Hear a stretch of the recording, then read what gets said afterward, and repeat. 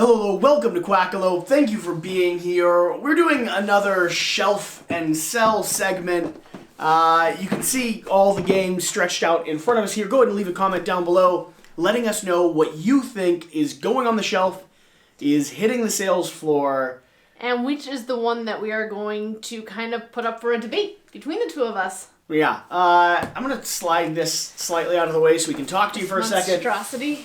Oh, and then we'll get to the conversation. So, if you haven't been here before, this is the segment where we slowly work our way through both of our collections, primarily mine, determining what we are going to put on our permanent Calyx, what we're going to upgrade, and what's going to be on the Calyx that are going to be gifts for friends or to liquidate. Yeah, and by the way, we just got done moving everything up here to Cleveland, and so this is going to get interesting quickly, because now instead of picking through the remnants that we've traveled with, we have everything on hand. Now, granted, it's all still in boxes downstairs, and we had to go literally digging through the boxes to find this stuff. But very soon we'll actually be working our way through a Calyx where we're making a decision about what we want to keep, what we don't want to keep, so on and so forth.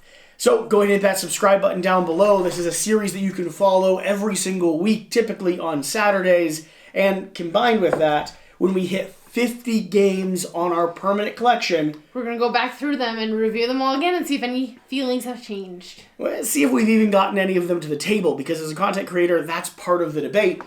That being said, do we want to go ahead and start swinging into everything here? So, Black Rose Wars. So, Black Rose Wars. I own everything for Black Rose Wars, including the giant expansion for it that requires you to, mix and modulate stuff together. And we were downstairs going through the games going, we keep that, get rid of that, oh, I love this one. This one is one that we've both played together. It is an epic game with an awful rulebook. And I mean so awful that the community has come and put together player aids that have made it tolerable.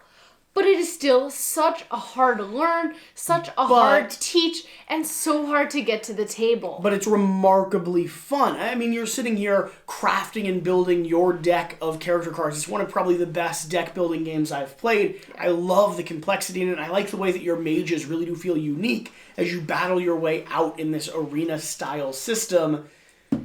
Given all of that, my feeling is for it to be on the sell pile. His feeling is definitely for it to be on the shelf pile.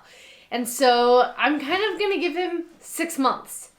If he can get it to the table within the next 6 months, it can stay. I just don't see it being played, and it takes up a decent amount of room. So that's our middle ground. This is our up in the air game of the week. I love Black Rose Wars. I want to hold on to my copy, but like most things, if I'm not tabling it, I don't know if I can actually justify it. So that's the mission. I've got 6 months to get Black Rose Wars to the table. If I don't do it, she's allowed to sell it for ice cream? Sure. More like a couch. Something like that. So Black Rose Wars, leave a comment down below. Have you played? Do you enjoy? And do you have any tricks or tips for me to actually get it to the table? Do I even bother opening the Seder box, or do I just start base game and go from there? All right. Miyabi. Have you played this yet? I have not played this yet. Alex just played this. Okay. He thought it was lovely. Yeah? He thought it was lovely, which is why this is on my sell pile. What? He thought it was lovely? It is. So it really is a lovely game. Miyabi is going to be a game all about tile laying as you're building up these stacks and columns of various different, I believe it's plants. It's like a garden park that you're building out. It is peaceful. It is elegant. It has some neat tile laying mechanics, but I played it 2 or 3 times. Jan had a copy as well, and it never sung. Okay. It was never one that I wanted to get my copy back to the table. Happy to play it, but not one that I'm actively choosing to play. And because Alex has a copy, I don't know if he's keeping or selling his, but because he has a copy, that'll be the way that I'd get it to the table next. So many games that I just want to talk about all at once, because we have a lot of differing opinions here, and we're going to dive into that. Ratcatcher. Ratcatcher. She's never played it. Another one. I have not played. This is a copy that is my personal copy that I still have in the box because I want to do a full unboxing of it. I've played Jan's copy because we both got production copies in. This is my number 10 game of all time. Amazing solo puzzle, highly, highly thematic, comes from an indie publisher. Look at the detail that went even into the packaging in the box. Wow, that is cool. So, are we selling Ratcatcher? No. Absolutely not. Castles of Burgundy. This was... I don't know about this one. So this is in the genre of and group of some of the first games that I played, along with Valeria Card Kingdoms, so many others. I'm just blanking on the names. But these are some of the games that got me in the industry, playing with Alex and Rena. And this is one that has so much sentimental value, and it is such a good game. There was a second game in the similar genre, Castles of Tuscany, that was not as good. They were saying it was going to be a quicker version and an updated version. I felt like Burgundy did it best, and this is not going anywhere. No? No. For nostalgia reasons or because it's a good game? It's a good game. Have you even played it? There we go. There we go. You have to play it, and then we can have a better discussion. But until you get it played, it is not going anywhere. All right. Ask Rena and Alex. They will hands down play this any day of the week. Will they? Yes. Okay. Well, it sounds like we don't need our own copy then. Oh, if that's the way we feel, then there's another game in that pile we don't need our own copy of. A small box game, kingless, right? Kingless. Yes. This is going to be a game all about dwarves doing their very best to squabble for power and control over a kingdom. Deck building game. And it was simplistic. It wasn't doing anything too new. We've played it a couple times. The art and the theme of it are fantastic. For sure. And I want to keep it just for that. It was like pretty and very strongly thematic. But because there are so many better deck builders around, it's in a genre that it's just not going to get tabled. And I'd rather someone else enjoy it more. Yeah, there's things that I think you could do with expansions and modules and stuff. And, but at the moment, this is just not one that we're going to be pulling off the shelf. So this is a small box one that is not staying around.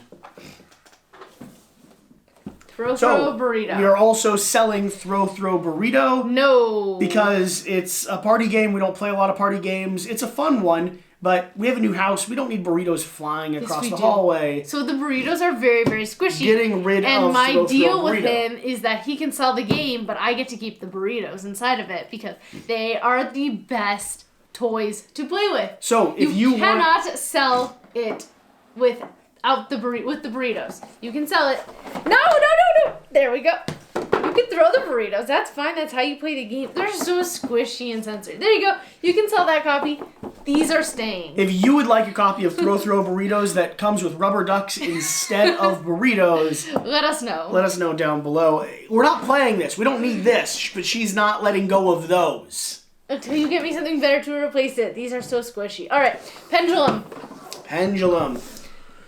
A Stonemeyer's game product. This is going to be a real-time worker placement game, Euro style. Wow. It is a unique experience, a very, very unique experience that I don't have any desire to continue playing. Here's the thing. This game is a very classic, basic worker placement game, which has some solid principles and is an interesting puzzle, but really isn't that unique until you turn the real-time strategy into it, and then it's a helter-skelter, like cut people off and push people. And I know that's not how you're supposed to play the game, but it's how we had the most fun playing it. And in very, very specific contexts, I would recommend Pendulum. But that is the right group of people, the right size of people, the right amount of time, the right amount of knowledge around the game, the right amount of being able to process and deal with anxiety and stress. And I never have that group of people. Sean, Max, me, we loved it. But we loved it together. I don't want to teach anyone this. I don't want to play it with anyone else. So Pendulum's, it's out of here. It's got to be. Okay. Bunny Kingdom. Which, this isn't the base game. The base game's somewhere in a box hidden. We saw this and we brought it to represent. I did find the expansion. So, this is also one of those nostalgic games that Nostalgic games that I started playing in the industry. It's one of Rena's favorite, and therefore we get it to the table a lot. She liked it so much that everyone around her stopped wanting to play it with her until I showed up. And I basically every weekend now go, hey Rena, you in the mood for Bunny Kingdom? And she will always say yes. This cloud expansion is her favorite of all time. She goes straight for the cloud every single game, trumps up Spy like 100, 200 points. It's insane. She's used up all of her bunnies and needed more from another color faction. So I've played this a lot and I'm just gonna toss it down because we will see it get played enough by Alex and Reno. We do not need our own copy. I love Bunny Kingdom. There's no way we're getting rid of a copy of it. I'm jaded with it. I am so jaded, and I would rather play other games. It is a great game, but there are so many better games. It's just brilliant drafting with a touch of area control. It can go, but apparently it's staying because I get the burritos. Fire Tower. Fire Tower. Fire Tower is the type of game you play after you've had a rough encounter with someone. It is a helter-skelter, burn each other to the ground. One of my favorite little lightweight games. It's a pattern-laying game, but it's a competitive one where you're doing your best to spread fire from the center of the board over to the edges. And the expansion adds in a lot more choice and modularity and randomness and precise elements. Fire Tower is a game that I have loved for quite a while. Not your favorite. It's not my favorite. I've played it in a couple different settings, and I don't like how it plays with more than 2 players. At that point, it's gang up on the weakest. Sometimes. And I just don't like games that promote that. I think it could be great at 2-player head-to-head where you're trying to combat each other. But besides for that, if it is in that genre, there are so many better games. For Glory as one of them. But it's not comparable. This is a lightweight, just sit down and have a good time, relax and be mean to each other. For Glory's a tactical game. It's a different puzzle. When I sit down, I want to play abstract games, 2 players. This is an abstract tile-laying game. No. It is. It's a quilt building game, pattern building game. Either way, Fire Tower's not leaving our collection. It just does have pretty gems, though, and I like the Kickstarter Deluxe fire pit that you got with it. Yeah. Okay, off to the side. Marvel Champions. Marvel Champions and Marvel United. Oh, Marvel United. So here's the thing. I'm going to put up a poll when this video goes up between Marvel Champions and Marvel United, because we have a little bit of a conflict here. Yes. I think that even though Marvel United is lighter, there is a lot more variability, and I can feel the theme a lot more, and I like it and enjoy it a lot more. There we go. A light game. On my end, I think Marvel Champions is a really, really interesting deck construction game, which I finally figured out how to utilize that ability. The cards and the way that the theme plays together and the tactical choices you're making, especially as a solo game, is fantastic. So I want to keep Marvel United and sell Marvel Champions. And I'm leaning towards keeping Marvel Champions and selling Marvel United. Now, can we keep both of them? Of course. Probably not. But I don't know that we need both of them. Both of them don't hit the table that often. Both of them are cooperative games that we play in a similar fashion. Yep. It's just a matter of where we end up. So here's what I'm thinking. First off, let us know down below, what's your defining line? Marvel Champions or Marvel United? Where are you approaching this Marvel puzzle? But then also for us... And then there's a new one coming out, Marvel Dice Throne. I'll trade you. Let's get all of Marvel Dice Throne, and then we can sell Marvel United. Because that will give me the thematic element that I'm looking for. I hear what you're saying. I came up with the trade. But we're a year and a half out from that. Okay, so we keep this for the year and a half. So we're going to see if we can get these to the table sometime over the next month or so. Yep. And see where we land. But at the moment, they're both leaving. So, no. We'll figure it out from that point. I mean, are you willing to use a trump card on United? No. Like a patent trump card? I mean, how many trump cards are we giving each other Not at this a lot. point? I mean, out of 50 games, I'd say probably 5 each, maybe 10, but like... I mean, there's a bunch of games in this video that you'll have to use trump cards on. It's predominantly my collection, though. So as we narrow and whittle it down, okay, there's a lot of games you haven't played as well. There's a lot of games I haven't played, but there's a lot of games that I have played that you haven't. Yep, which we're not at the moment getting rid of. But I'm curious how passionate are you about yours? No, it doesn't need a trump card. Yeah, both of us aren't willing to fight for it.